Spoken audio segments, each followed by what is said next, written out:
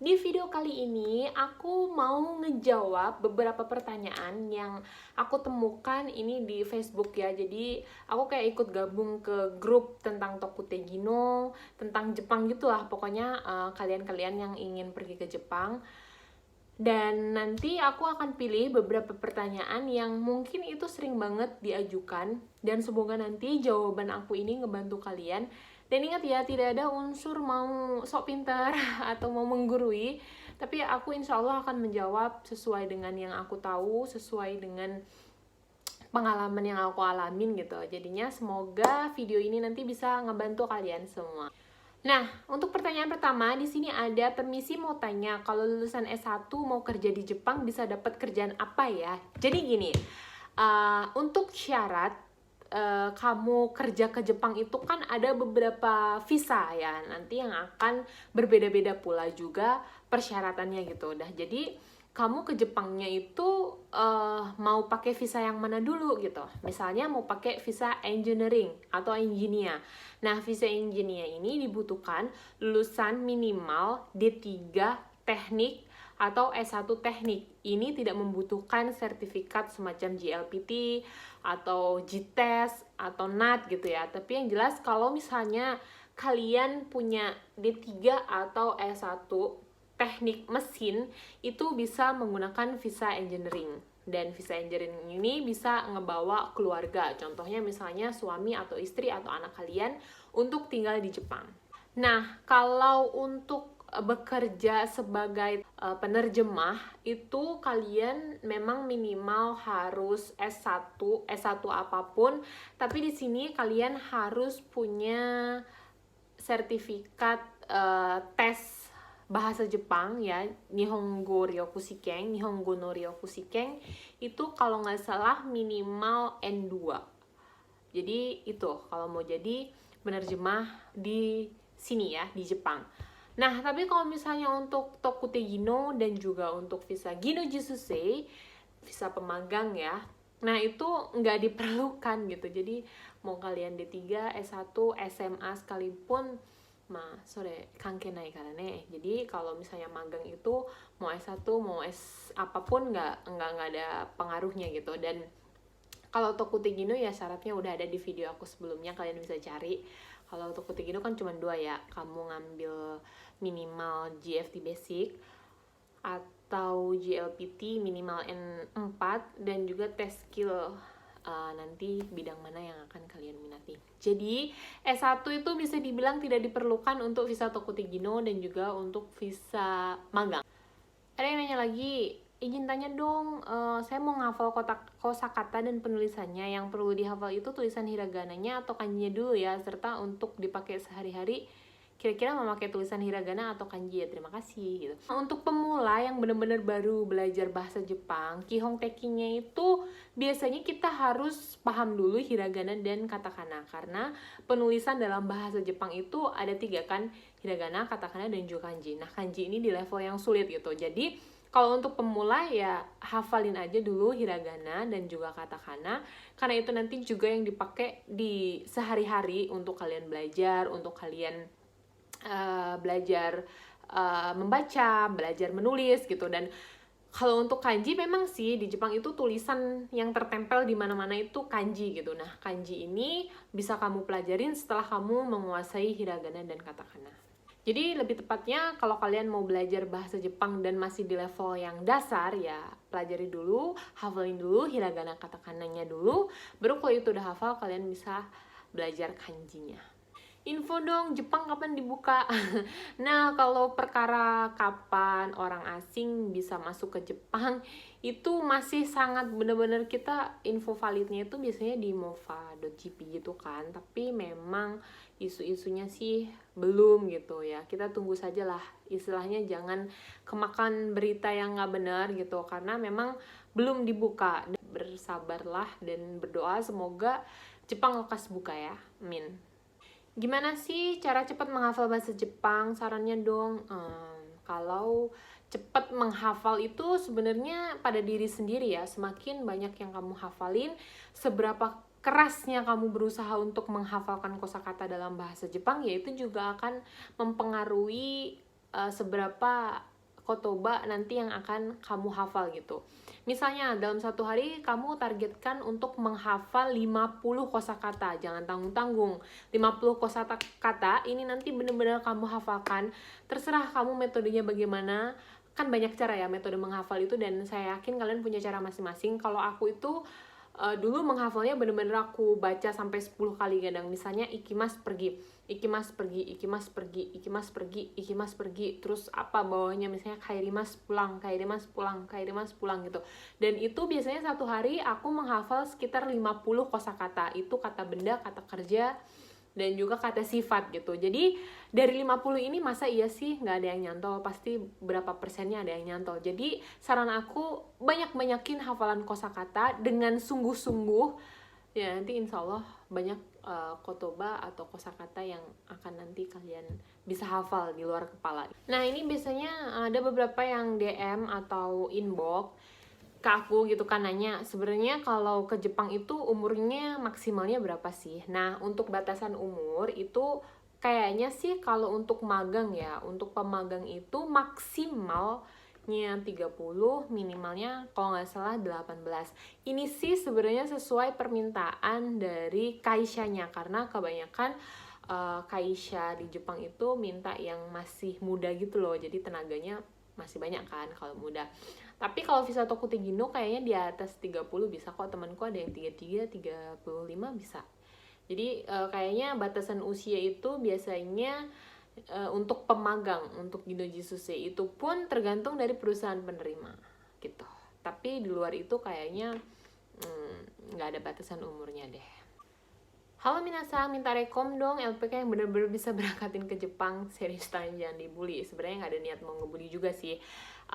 Kalau untuk LPK yang benar-benar bisa memberangkatkan itu, mungkin aku udah sharing ya di video sebelumnya, jadi jangan sampai termakan janji-janji surga 3 bulan, 2 bulan bisa berangkat, bla bla bla bla bla, tapi ujung-ujungnya kalian bayar puluhan juta dan raib duitnya kalian nggak berangkat gitu. Intinya LPK yang benar-benar mandiri itu ya bukan berarti yang tidak ber-SO itu nggak bagus, aku nggak bilang seperti itu ya. Tapi kalau kalian milih LPK yang sudah ada SO-nya, itu sudah pasti bisa memberangkatkan kalian ke Jepang, karena LPK yang ber-SO itu memang memiliki izin untuk bisa memberangkatkan kalian ke Jepang, dan memang syaratnya yaitu gitu, LPK-nya harus ber-SO dulu. Nah, perkara berangkat atau tidaknya sebenarnya kan ada pada diri kita juga, cepat atau lambatnya juga itu sebenarnya ada pada diri kita, karena setiap LPK mempunyai aturan, setiap LPK juga mempunyai standar siswa-siswa mana yang layak untuk cepat berangkat, mana yang masih perlu bimbingan gitu loh. Jadinya ya kalau kalian mau bener-bener dapet LPK yang amanah, yang bagus ya cari tahu dulu dia sudah ber-SO atau belum, dan kira-kira LPK tersebut gimana track recordnya gitu loh, udah berhasil memberangkatkan berapa siswa gitu loh. Jadi nanti ya insya Allah sih kalau sudah ber-SO mah biasanya sih bisa memberangkatkan kalian. Nah ini yang sering ditanyakan ya, info LPK yang ada dana talangan 100%. Wow. Nah gini, ini penjelasannya mungkin cukup panjang ya, karena kembali lagi kebijakan setiap LPK itu berbeda-beda. Kalau dulu tempat aku bekerja, aku bahkan bekerja dulu sempat di 3 LPK dan semuanya itu cash gitu, dibayarkan di Indonesia. Tapi ada satu LPK di Terakoya, Bali, itu aku kerja di situ kan dulu. Nah itu tuh dia dana talangannya dibayarkan setelah kalian di Jepang, tapi tidak 100%. Bayangkan kalau kita harus menanggung kalian 100%, bagaimana dengan biaya operasional sewa gedung, membayar sensei, tenaga pengajar ya, atau yang lain-lainnya, listrik dan segala macamnya gitu. Jadi menurut aku kalau dana talangan 100% itu, aku nggak tahu ya, aku dulu sih nggak bayar. Ya bukan berarti 100% nggak bayar, tetap aku mengeluarkan biaya gitu. Jadi aku dulu itu ikut seleksi dari sekolah, seleksinya juga cukup panjang, cukup ketat, saingannya banyak dan nggak mudah gitu, karena ada beberapa tes, saya harus bolak-balik Jakarta, bahkan sampai ke Bandung gitu. Nah itu tuh memang ada sih yang memang langsung kerjasama dengan sekolah tertentu gitu. Jadinya nanti di situ kita dites, seleksi ini itu, dan kalau berangkat memang saya tidak mengeluarkan biaya apapun, tapi sepertinya sih iya dipotong mungkin dari segi gaji yang aku nggak tahu atau gimana lah mekanismenya, tapi yang jelas kayaknya nggak ada yang gratis deh, pasti berbayar gitu. Cuman aku juga nggak tahu mekanismenya mereka seperti apa gitu. Nah, tapi tuh kalian harus sekolah di sekolah yang memang kerjasama dengan beberapa kumiai yang memang dia ngerekrutnya itu anak-anak yang baru lulus gitu. Dan kalau di LPK Tirakoya Bali itu sebenarnya dana talangan itu gini. Jadi di awal karena nanti kalian akan dapat beberapa pelajaran kan, kamu dapat ilmu bahasa Jepang, kamu juga diikutkan interview secara gratis sampai kamu benar-benar mendapatkan job. Lantas sebelum kalian masuk ke LPK itu dipastikan sehat walafiat. Jadi nanti di situ ada biaya untuk medical check up-nya juga gitu. Untuk pembuatan paspor bagi yang belum punya paspor, dan pengurusan paspor itu kan sekarang agak ribet ya, karena kalau magang ke Jepang itu harus punya rekom dan lain-lainnya ya, terus ngebayar seragam, ngebayar buku dan lain-lainnya itu biasanya berapa persen dibayarkan dari total biaya. Misalnya totalnya 45 juta gitu kan. Nah, untuk di awal kalian disuruh ngebayar 5 juta, nanti setelah kalian mendapatkan job kalian disuruh bayar berapa persennya lagi, dan sampai kalian terbang gitu kan. Jadi separuh dibayarkan di Indonesia, separuhnya dibayarkan di Jepang. Ini tidak sistem potong gaji, karena memang kalau di Jepang itu tidak ada sistem potong gaji. Jadi nanti kalian sendiri setelah gajian kalian sendiri yang akan ngebayar. Misalnya 1 bulan itu 50.000 yen gomang ya, jadi setara sekitar 5 jutaan, cicilannya nanti berapa bulan sampai kamu lunas gitu. Itu memang ada. Dan kenapa akhirnya banyak LPK yang menghapuskan sistem seperti itu? Nih, ulah-ulah para teman-teman kita yang akhirnya kabur dan akhirnya tidak membayar, atau misalnya tiba-tiba ngebayarnya molor banget gitu. Dan akhirnya ragu LPK akan membuat program yang seperti itu gitu. Jadi banyak LPK yang akhirnya menghapus sistem yang seperti itu. Jadi biar nggak ribet, biar nggak nagih-nagih, udahlah dilunasin aja di Indonesia. Jadi seperti itu guys. Kalau misalnya kalian nanti sulit sekali mendapatkan biaya talangan, ya sebenarnya problemnya di situ. Banyak LPK yang akhirnya hilang kepercayaan kepada siswa didiknya karena banyak beberapa ya oknum lah ya bisa dibilang melakukan hal itu ya, walaupun ujung-ujungnya nanti dibayar atau gimana lah, pokoknya ya intinya ada risikonya seperti itu gitu. Tidak semua ya, tapi mungkin itu pertimbangan dan kebijakan LPK sendiri-sendiri dan masing-masing gitu. Jadi kalau misalnya kalian mencari dana talangan 100% sih logikanya sih nggak ada, karena ya apa, di Jepang itu nggak boleh gitu. Jadi kita punya aturan bahwasannya kalau misalnya LPK itu tidak boleh menyita seperti ijazah, surat sertifikat tanah, rumah gitu, itu nggak boleh, itu bisa kena penalti dan kita bisa di blacklist gitu. LPK kita bisa di blacklist sama Bina Lantas, jadinya emang nggak boleh. Makanya ya nggak ada jaminan juga kan, kita nggak kenal sama orang nih, misalnya siswa kan kita nggak kenal ya dari mana dia berasal, tiba-tiba dia datang mendaftar baik-baik gitu kan, tiba-tiba ujung-ujungnya udah dikasih dana talangan sebagian malah seperti itu. Dan itu memang ada beberapa yang seperti itu. Jadi mungkin kalau kalian sulit banget dapetin dana talangan dari LPK ya mungkin kebijakannya seperti itu guys. Tapi aku juga kurang tahu sih LPK mana yang ngasih dana talangan 100%, mungkin ada, aku juga nggak tahu. Tapi yang jelas kalau aku dulu berangkat memang seleksi dari sekolah dan tidak bayar sama itu. Aku dulu sekolah di SMK Pelayaran Muhammadiyah Tuban, Jawa Timur. Jadi kalau kalian punya adik atau kalian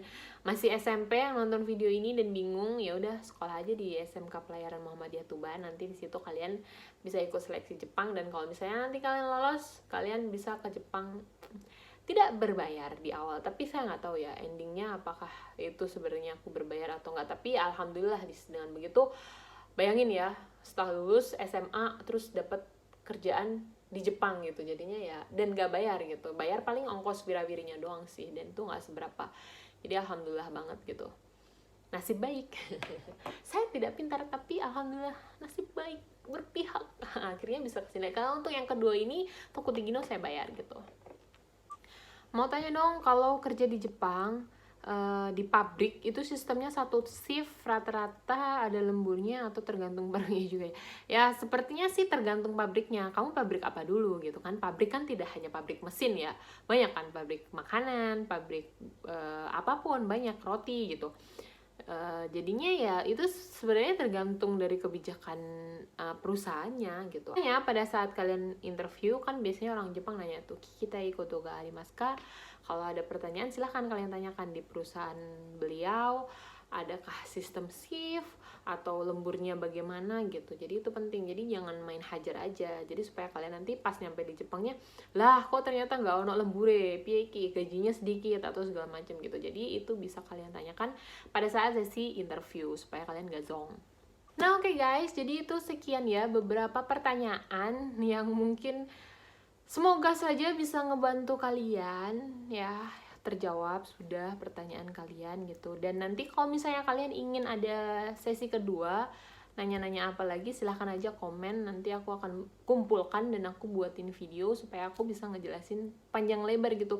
Terkadang ada beberapa yang DM gitu kan, kayak kak jelasin ini dong, kak jelasin itu. Aku mungkin nggak bisa ngejelasin panjang lebar. Jadi nanti kalian bisa komen di video ini. Dan terima kasih buat kalian yang sudah subscribe, like, dan juga nge-share juga video aku dan udah dukung aku. Alhamdulillah sekarang udah tembus 1000 subscriber. Alhamdulillah, terima kasih ya kalian. Kalian baik dan semoga kalian sukses. Minasan gambarimashou.